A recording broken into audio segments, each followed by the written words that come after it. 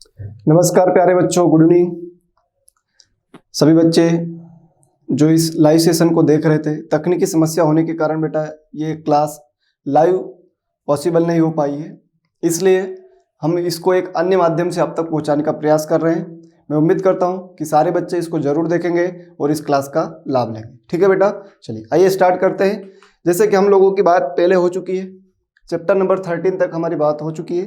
अब हम बात करेंगे चैप्टर नंबर 14, जिसका नाम है फलों की खेती second, it means fruit production second. इससे भैया आप देखोगे तो एक 2 मार्क्स का क्वेश्चन आएगा और एक 3 मार्क्स, इस तरह से इसका वेटेज हो गया 5 मार्क्स। पहले जनरली 5 मार्क्स का आता था, लेकिन इसको अब डिवाइड कर दिया। तो अब 3 नंबर के क्या क्या क्वेश्चन बन सकते हैं, 2 नंबर के क्या क्या क्वेश्चन बन सकते हैं, उनके ऊपर हम देखेंगे यहाँ पर। चलिए बच्चों आगे बढ़ते हैं।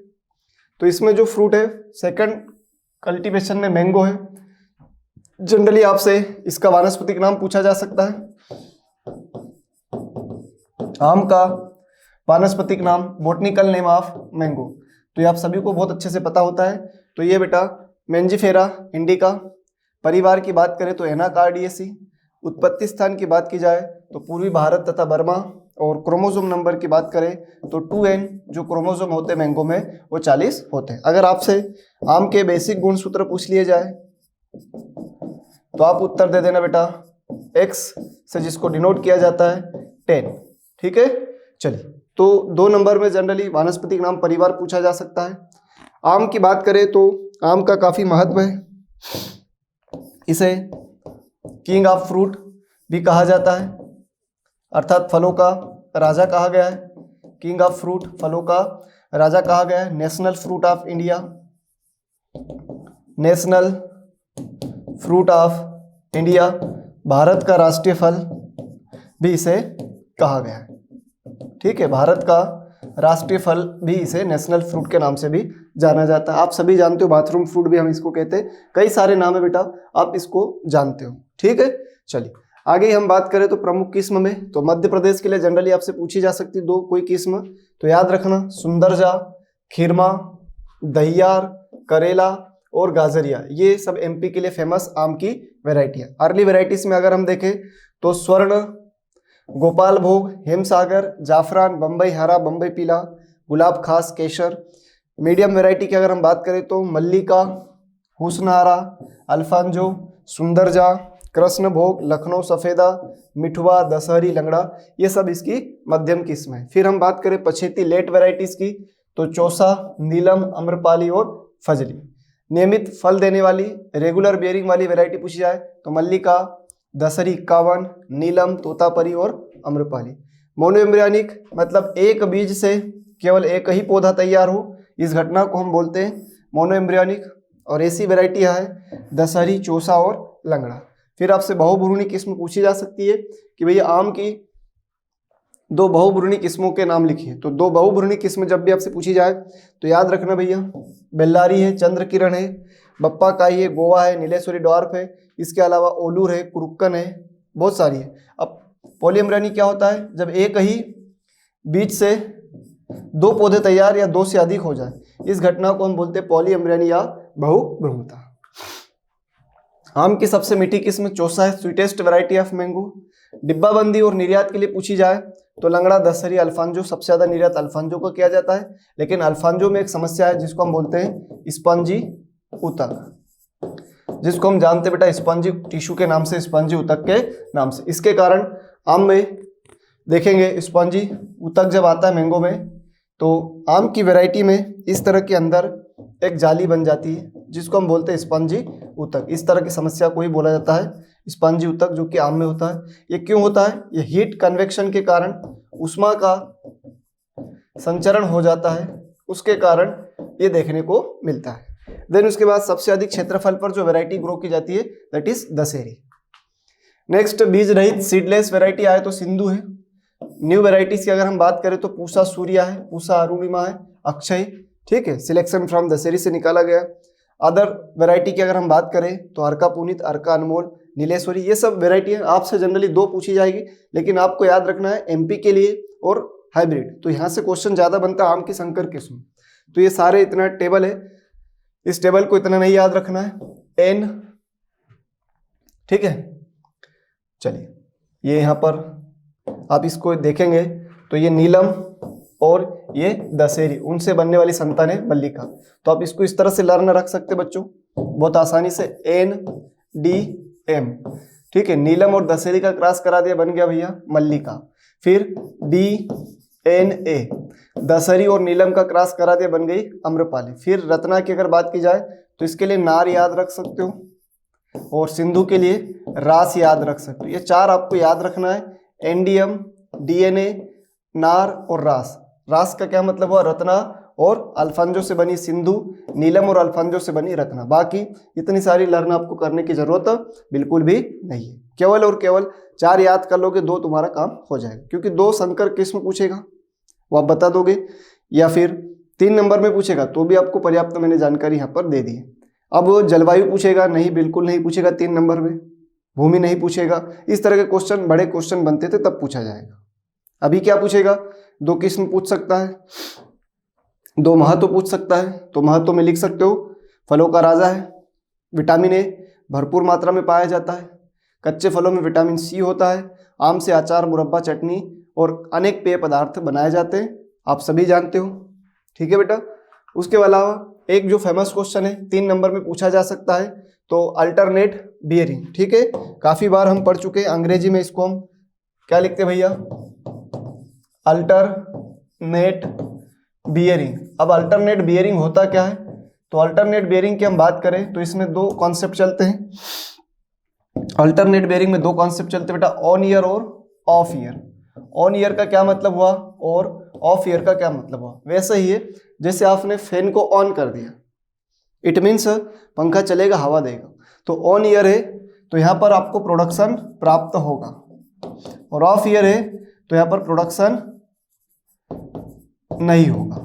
ठीक है, उसको हम बोलते हैं ऑफ ईयर। तो ये समस्या आम में देखी जाती है जनरली, कि एक फसल तो भरपूर उत्पादन देती है लेकिन दूसरी फसल में उत्पादन डाउन हो जाता है। तो इस प्रॉब्लम को, इस समस्या को हम बोलते हैं एकांतर फलन, अल्टरनेट बियरिंग। अब क्या करें सर, ये समस्या आ गई, तो ये समस्या आ गई है तो उसके उपाय है भैया, इस अल्टरनेट बियरिंग को कैसे रोका जाए। तो सबसे पहले आपको प्रॉपर मेन्योर डालना चाहिए, मेन्योर प्रॉपर जो भी रिक्वायरमेंट है उस रिक्वायरमेंट के हिसाब से आपको मेन्योर डालना चाहिए।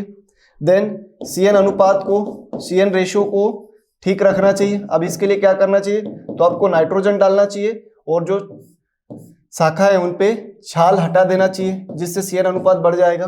फिर जब नंबर ऑफ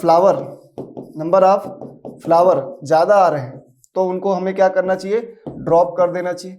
अब फूलों की संख्या कम कर देंगे तो जितने फूल बचेंगे उतने ज़्यादा फ्रूट में कन्वर्ट होते हैं। ऐसा आम के केस में बताया जाता है बेटा कि 99% आम के जो पुष्प होते हैं वो ड्रॉप हो जाते हैं, सिर्फ 0.1% ही फ्रूट में कन्वर्ट होते हैं, इतने ज़्यादा फूल आते हैं। इसलिए समस्या से बचने के लिए हमें क्या करना चाहिए कि भैया उसके फूलों को झड़ा देना चाहिए। फिर वर्षा के पूर्व चारों ओर जो जड़ है उसको और पत्तियों को खोद कर अलग कर देना चाहिए। इट मीन्स कि उसके रूट प्रूनिंग कर देना चाहिए। मैंगो में रूट प्रूनिंग का कार्यक्रम कर देना चाहिए, ये काफ़ी लाभदायक सिद्ध होगा।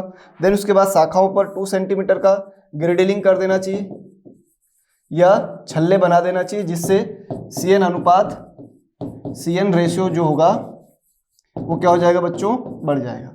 तो आम में महत्वपूर्ण क्वेश्चन है, अल्टरनेट बियरिंग 3 नंबर में पूछा जा सकता है। What do you mean by alternate bearing, define भी कर दिया। ठीक है, क्या नुकसान होता है वो भी बता दिया, और उससे ओवरकम कैसे होंगे, उसको कैसे रोका जा सकता है, दोनों लैंग्वेज में आपको यहाँ पर दिखाई दे रहा है। नेक्स्ट फ्रूट है गुआवा, अमरूद, एप्पल ऑफ ट्रॉपिक्स हम इसको बोलते हैं। Apple of tropics it means उष्ण का सेब हम इसे कहते हैं, गरीब का सेब भी कह देते हैं। ठीक है, चलिए। तो apple of tropics botanical name Psidium guajava, परिवार मार्टिएसी, उत्पत्ति स्थान उष्णकटिबंधीय अमेरिका में पेरू है, क्रोमोसोम नंबर 2n बराबर 22 है। अब अमरूद की महत्ता की बात करें इंपॉर्टेंट की, तो भैया इसमें विटामिन सी भरपूर मात्रा में होता है, विटामिन सी भरपूर मात्रा में पाया जाता है। फिर अगर हम बात करें इसकी नेक्स्ट क्वेश्चन जो यहाँ से बन सकता है ऑब्जेक्टिव टाइप में भी, ऑब्जेक्टिव तो खैर पूछेगा नहीं आपसे, लेकिन 3 नंबर या 2 नंबर में पूछा जाए तो महत्व में आप तो 1 लिख देना, विटामिन सी भरपूर मात्रा में होता है। फिर जेली बनाने के लिए, जेली मेकिंग के लिए बेस्ट फ्रूट है। क्यों बेस्ट फ्रूट है भैया? क्योंकि आपको जानकारी होना चाहिए इसमें पेक्टिन पाया जाता है। क्या पाया जाता है बेटा? इसमें पेक्टिन पाया जाता है, इसलिए ये आप लिख सकते हो 2 उपयोग। फिर जो स्कर्वी रोगी होते हैं, स्कर्वी डिजीज जो होती है, स्कर्वी रोगियों के लिए ये फल अच्छा माना जाता है। तो ये अमरूद का महत्व हो गया। अगर महत्व पूछा जाए तो 2-3 पॉइंट लिख सकते हो, और जन्म कुंडली से कोई चीज आए तो वो भी यहाँ पर कवर कर दी गई। अब वेराइटियों में 2 कोई भी पूछा जाता है। लखनऊ 49 एक बार पूछा गया था आपसे, 12th बोर्ड में ही पूछा गया था कि सरदार क्या है, तो लोगों ने भलते भलते उत्तर लिखे। आपको भलता भलता नहीं लिखना बेटा। सरदार क्या है? तो सरदार अमरूद की किस्म है जो कि L49 के नाम से भी जानी जाती है। ठीक, उसके बाद इलाहाबादी सफेदा, ये अलग किस्म है। ग्वालियर 27, ये भी इसके किस्म है, लाल गुदा नाम है। उसके बाद संकर किस्म अगर पूछी जाए तो हाइब्रिड फर्स्ट, ये नंबर लिखे गए हैं। दक्षिण भारत के लिए पूछा जाए तो नासिक और धारवाड़, साउथ इंडिया का पार्ट है नासिक और धारवाड़, तो ये साउथ इंडियन वेराइटी हो गई। देन उसके बाद मध्य भारत के लिए तो धारीदार, इलाहाबादी सफेदा, सफेद जाम। अन्य किस्म में यहाँ पर हापसी, अर्का मृदुला, बनारसी सुर्ख, अर्का अमूल्या, चित्तीदार, एप्पल कलर। ये पीएटी में कई बार पूछा गया बेटा, एप्पल कलर। अब एप्पल समझकर लोग इसको क्या लगा देते? सेब लगा देते। तो ये कुछ प्रमुख वेराइटी है बेटा। 2 क्वेश्चन बनेंगे वेराइटी के हिसाब से, तो आप बना दोगे। अगला है इंपॉर्टेंट क्वेश्चन, ये 3 नंबर पे पूछा जा सकता है। ठीक है, अमरूद में बहार या फ्लावरिंग इन गुआवा। तो अमरूद में क्या होता है बेटा? 3 टाइप पे फ्लावरिंग आती है, और उस कारण से जो फ्रूट की क्वालिटी है वो 3 टाइम आने के कारण अप एंड डाउन होती है।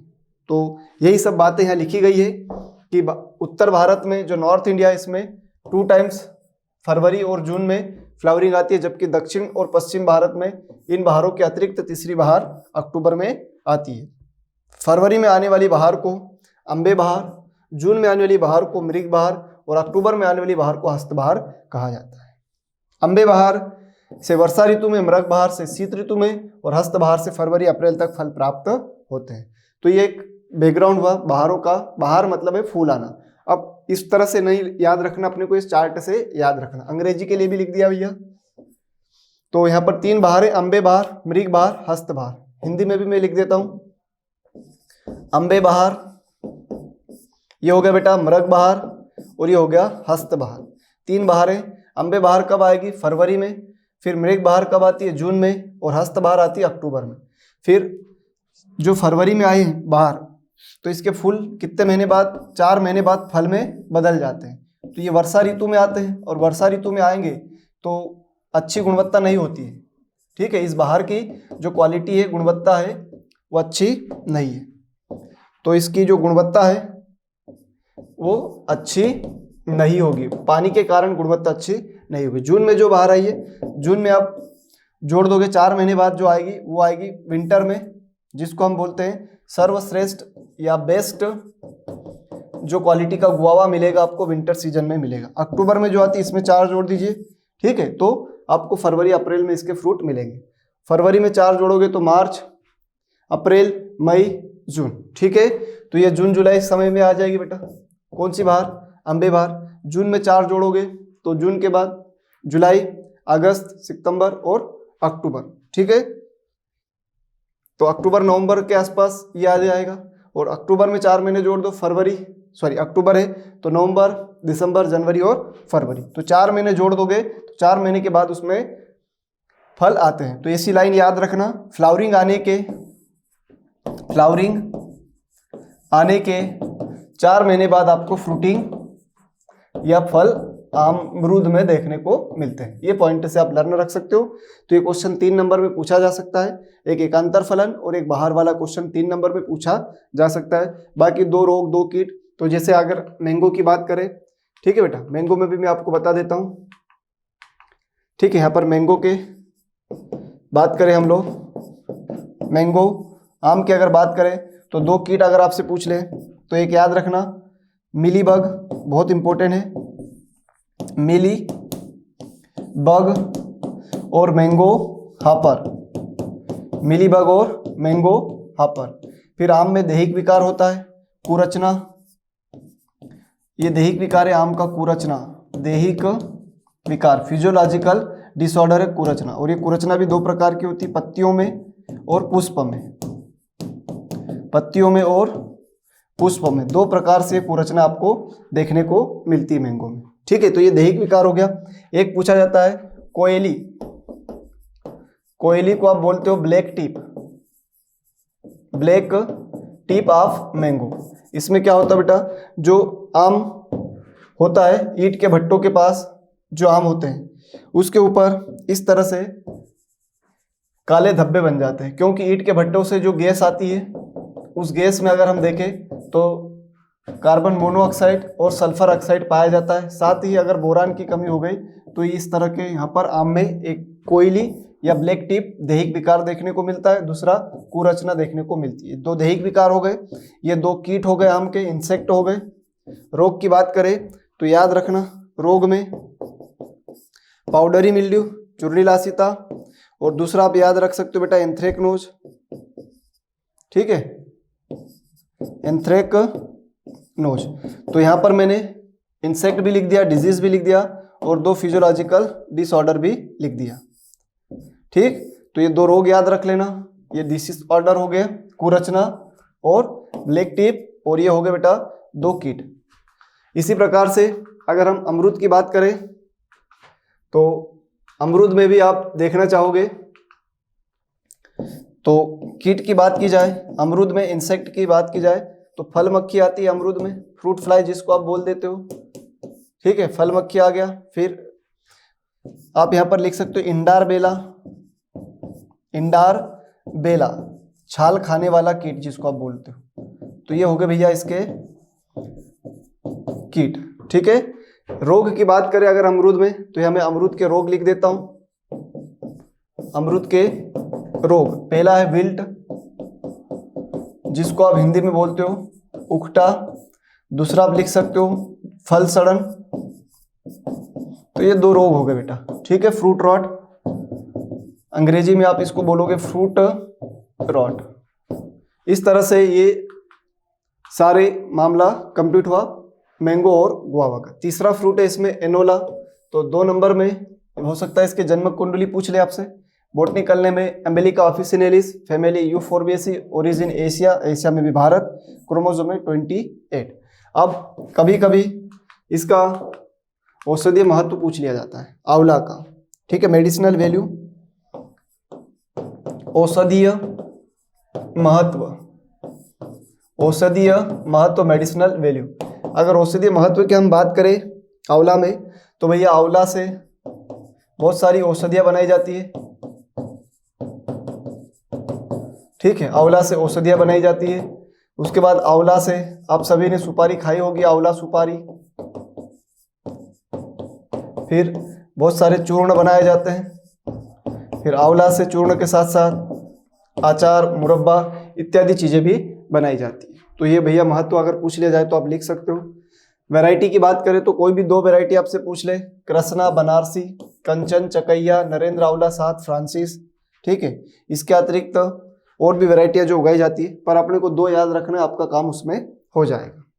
ठीक है बेटा, चलिए अगला चैप्टर है, बहुत इंपॉर्टेंट है, चैप्टर नंबर 15, जिससे 3 ऑब्जेक्टिव आना है, 3 वस्तुनिष्ठ प्रश्न आना है। 3 ऑब्जेक्टिव आएंगे बेटा इससे। औषधीय पौधों की उत्पादन तकनीकी, इसको हम जानेंगे, production technique of medicinal plant. तो इसमें 3 ऑब्जेक्टिव आएंगे। पहला ऑब्जेक्टिव यहाँ पर दिख रहा है बेटा, एक्लिप्टा एल्बा किसका वानस्पतिक नाम है, आप सभी जानते हो भृंगराज का है।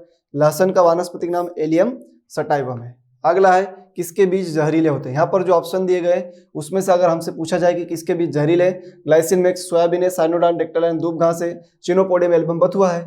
बचा कौन, विथानिया, सोमनीफेरा, अश्वगंधा बोल सकते हैं। फिर हल्दी का जो प्रोडक्शन है वो 40 to 50 क्विंटल पर हेक्टेयर है। सोने की जड़ वाली फसल तो सफेद मूसली को कहते हैं। अश्वगंधा के पौधे की बात की जाए तो इसका कौन सा भाग मेडिसिनल वैल्यू का है, तो अश्वगंधा का होल प्लांट मेडिसिनल वैल्यू का होता है। अश्वगंधा की बीज दर अगर पूछी जाए तो 8 to 12 kg पर हेक्टेयर होती है। सफेद मूसली का उपयोग करते हैं तो यौवन विकार है, सेक्सुअल डिसऑर्डर जो है उसके लिए किया जाता है बेटा। अगली हम बात करें इसबगोल का कौन सा पार्ट यूजेबल होता है मेडिसिनल के यूज से, तो सीड से किया जाता है बेटा। हल्दी का उत्पत्ति स्थान अगर आपसे पूछा जाए तो यहाँ पर आपसे हल्दी का ओरिजिन प्लेस पूछा जा रहा है बेटा, ठीक है। चलिए, तो हल्दी की हम बात करें तो ये भैया भारत की रहने वाली हल्दी, टर्मरिक का ओरिजिन प्लेस इंडिया है, याद रखना। थ्रिप्स कीट का जो अटैक है वो गार्लिक में होता है, लहसुन में होता है। निहारिका किसकी किस्म है, तो निहारिका हल्दी की किस्म है, ठीक है बेटा। निहारिका किसकी किस्म है, तो निहारिका हल्दी की किस्म है। चलिए,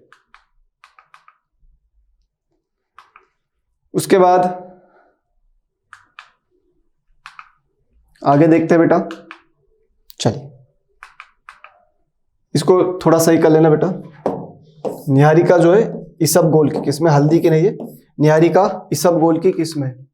लहसुन में पाया जाने वाला रसायन कौन सा है, तो लहसुन में पाया जाता है एलिन, और ये एलिन एक तरह से देखा जाए तो सल्फर कंपोनेंट है, सल्फर युक्त कंपोनेंट। भारत में हल्दी की पैदावार पूछी जाए तो ये भैया होती है दक्षिण भारत में सबसे ज्यादा हल्दी की पैदावार होती है। लहसुन का कुल आप सभी जानते हो, लहसुन किस कुल का सदस्य बेटा, तो लहसुन एमारलिडिएसी में आता है, ठीक है, एमारलिडिएसी। क्लोरोफाइटम बोरीविलियानम की अगर बात करें तो ये सफेद मूसली का वानस्पतिक नाम है। जिस तरह से हिंदी इंग्लिश में दिया बेटा उसी तरह से यहाँ पर इसकी की भी दी गई है, आप यहाँ से भी इसको लर्न कर सकते हैं। बच की उपज पूछी जाए तो 10,000 kg होती है। आयुर्वेद के पिता कौन है, तो आयुर्वेद के पिता चरक है, चरक को आयुर्वेद का पिता माना जाता है।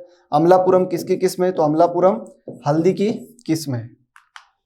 इसबगोल का मुख्य भाग कौन सा होता है, अभी हमने पढ़ा बेटा। इसबगोल का जो भाग है वो बीज उपयोग में लाया जाता है। सदी की फसल के रूप में जाना जाता है सफेद मूसली को, सफेद मूसली को सदी की फसल कहते हैं। फिर नगद फसल आया तो लहसुन जो है भैया ये नगदी फसल के नाम से जानी जाती। इसबगोल का वानस्पतिक नाम पूछा जाए, सॉरी कबीले का मतलब यहाँ पर इसबगोल का आपसे परिवार पूछा गया है, और इसबगोल का परिवार है प्लांटाजिनेसी, प्लांटाजिनेसी। इसबगोल का जो परिवार है बेटा वो है प्लांटाजिनेसी। हल्दी की ईल्ड हम पढ़ चुके हैं। सफेद मूसली का वानस्पतिक नाम क्लोरोफाइटम बोरीविलियानम, ठीक है, क्लोरोफाइटम बोरोविलियानम।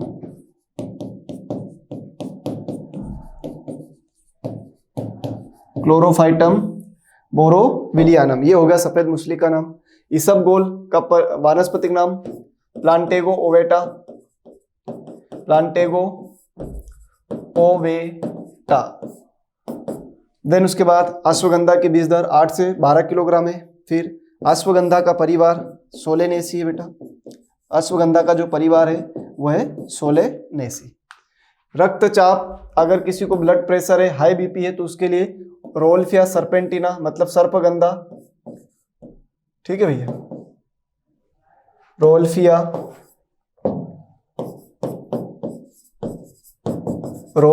सर्पेंटिना,